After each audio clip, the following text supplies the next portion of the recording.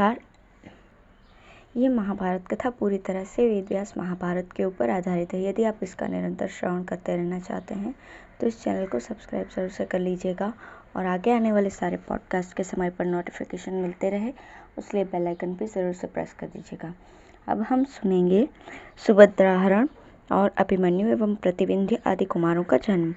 वैशंपायन जी कहते हैं, राजन, एक बार वृष्णि, भोज और अंधक वंशों के यादवों ने रैवर्तक पर्वत पर बहुत बड़ा उत्सव मनाया।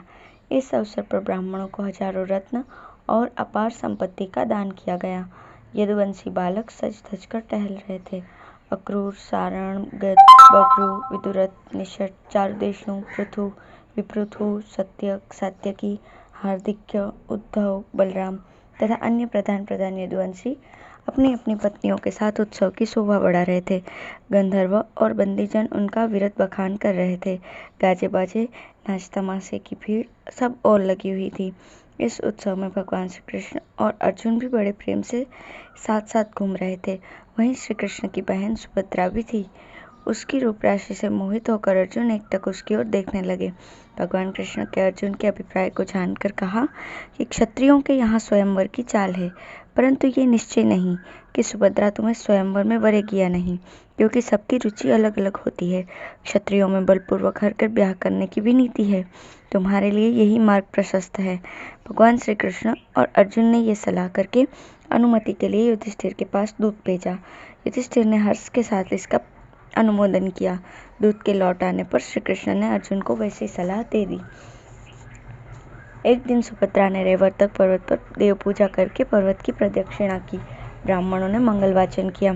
जब सुभद्रा की सवारी द्वारका के लिए रवाना हुई तब अवसर पाकर अर्जुन ने बलपूर्वक उसे उठाकर अपने रथ में बिठा लिया और उस सुवर्णमय रथ से अपने नगर की ओर चल दिए। सैनिक सुभद्राहरण का यह दृश्य देखकर चिल्लाते हुए द्वारका की सुधर्मा सभा में गए और वहां सबका हाल कहा। सभापाल ने युद्ध का स्वर्ण जटित डंका बजाने का आदेश किया। ये आवाज सुनकर भोज, अंधक और वृष्णि वंशों के यादव अपने जरूरी कामकाज छोड़कर वहां इकट्ठे होने लगे। सभा भर गई। सैनिकों के मुख से सुभद्राहरण का वृतांत सुनकर यादवों की आंखें चढ़ गई। उन्होंने इसे अपना अपमान का बदला ही निश्चित किया। कोई रथ जोतने लगा, कोई कवच बांधने लगा, कोई ताव के मारे खुद घोड़ा जोतने लगा। युद्ध की सामग्री इकट्ठी होने लगी। बलराम जी ने कहा, यदुवंशियों, श्री कृष्ण की बात सुने बिना तुम लोग ऐसी नासमझी क्यों कर रहे हो? इस झूठ मूठ के गरजने का अभिप्राय क्या है? इसके बाद उन्होंने श्री कृष्ण से कहा, जनार्दन, तुम्हारी इस चुप्पी का क्या अभिप्राय है? तुम्हारा मित्र समझकर अर्जुन का इतना सत्कार किया और उसने जिस पत्तल में खाया उसी में छेद किया। वह उत्तम वंश का होनहार युवक है। उसके साथ संबंध करने में भी कोई आपत्ति नहीं है। फिर भी उसने ये साहस करके हमें अपमानित और अनादरित किया है। उसका ये कार्य हमारे माथे पर पैर रखने के बराबर है। मैं ये नहीं सह सकता। मैं अकेला ही समस्त कुरुवंशियों के लिए काफ़ी हूँ। मैं अर्जुन की ढिठाई क्षमा नहीं कर सकता। बलराम जी की वीरोचित बात का सब यदुवंशियों ने अनुमोदन किया। सबके अंत में भगवान श्री कृष्ण ने कहा, अर्जुन हमारे वंश का अपमान नहीं, सम्मान करना चाहता है।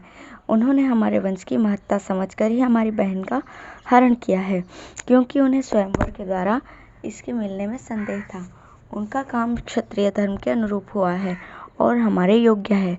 सुभद्रा और अर्जुन की जोड़ी बहुत ही सुंदर होगी। महात्मा भरत के वंशधर और कुंती भोज के दोहित्रों को कन्या देकर नाता जोड़ना भला किसे नापसंद हो सकता है? अर्जुन को जीतना भी भगवान शंकर के अतिरिक्त और किसी के लिए दुष्कर है। इस समय उस फुर्तीले जवान योद्धा के पास मेरे रथ और घोड़े हैं। मैं समझता हूँ कि इस समय लड़ाई का उद्योग न करके अर्जुन के पास जाकर मित्रभाव से कन्या सौंप देना ही उत्तम है। कहीं अर्जुन ने अकेले ही तुम लोगों को जीत लिया और कन्या को हस्तिनापुर ले गया तो यदुवंश की बड़ी बदनामी होगी। यदि उससे मित्रता कर ली जाए तो हमारा यश बढ़ेगा। सब लोगों ने श्री कृष्ण की बात मान ली। सम्मान के साथ अर्जुन लौटा लाए गए। द्वारका में सुभद्रा के साथ उनका विधिपूर्वक विवाह संस्कार संपन्न हुआ।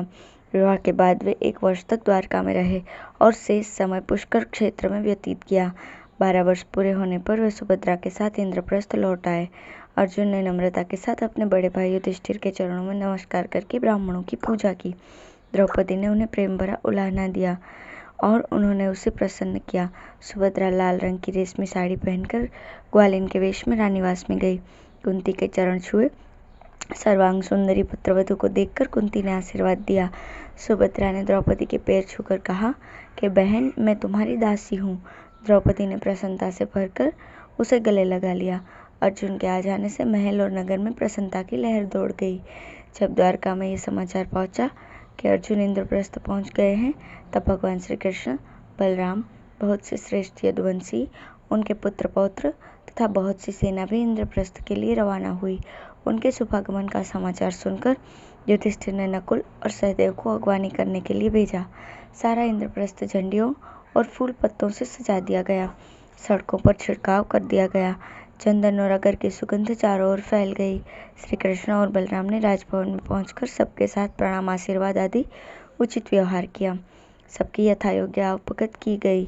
भगवान श्री कृष्ण ने सुभद्रा के विवाह के उपलक्ष्य में बहुत सा दहेज दिया। किंकिणी झाल मंडित 4 घोड़ों से युक्त चतुर सारथी रहित सुवर्ण जटित 1,000 रथ, मथुरा देश की दुधार एवं पवित्र 10,000 गौएं, 1,000 सुवर्ण भूषित सफेद रंग की घोड़ियां, सधी हुई तेज चाल की 1,000 बढ़िया खच्चरियां, सब प्रकार से योग्य सहस्त्र दासियां, 1 लाख घोड़े और कीमती कपड़े तथा कंबल भी दिए गए तथा 10 भार सोना और 1,000 मदमत हाथी दिए गए। युधिष्ठिर की संपत्ति बढ़ गई। सब लोग राजभवन में रहकर आमोद प्रमोद करने लगे। पांडवों के आनंद का ठिकाना न रहा। यदुवंशी तो कुछ दिनों तक वहां रहकर द्वारिकापुरी चले गए, परंतु भगवान श्री कृष्ण कुछ समय के लिए अर्जुन के पास इंद्रप्रस्थ में ही रह गए। समय आने पर सुभद्रा के गर्भ से एक पुत्र उत्पन्न हुआ। उसका नाम अभिमन्यु रखा गया। उसके जन्म के अवसर पर युधिष्ठिर ने 10,000 गौएं, बहुत सा सोना और रत्न धन आदि का दान किया। अभिमन्यु पांडवों को, श्री कृष्ण को और पूर्ववासियों को बहुत प्यारे लगते थे। श्री कृष्ण ने उनके जब सब संस्कार संपन्न किए, वेदाध्ययन के बाद उन्होंने अर्जुन से ही धनुर्वेद की शिक्षा ग्रहण की। अभिमन्यु का अस्त्र कौशल देखकर अर्जुन को बड़ी प्रसन्नता होती। वे बहुत से गुणों में तो भगवान श्री कृष्ण के तुल्य थे। द्रौपदी के गर्भ से भी 5 पांडवों के द्वारा 1-1 वर्ष के अनंत पर 5 पुत्र उत्पन्न हुए। ब्राह्मणों ने युधिष्ठिर से कहा, महाराज, आपका पुत्र शत्रुओं का प्रहार सहने में विंध्याचल के समान होगा, इसलिए उसका नाम प्रतिविंध्य होगा। भीमसेन ने 1,000 सोमयाग करके पुत्र उत्पन्न किया है, इसलिए उनके पुत्र का नाम सुतसोम होगा।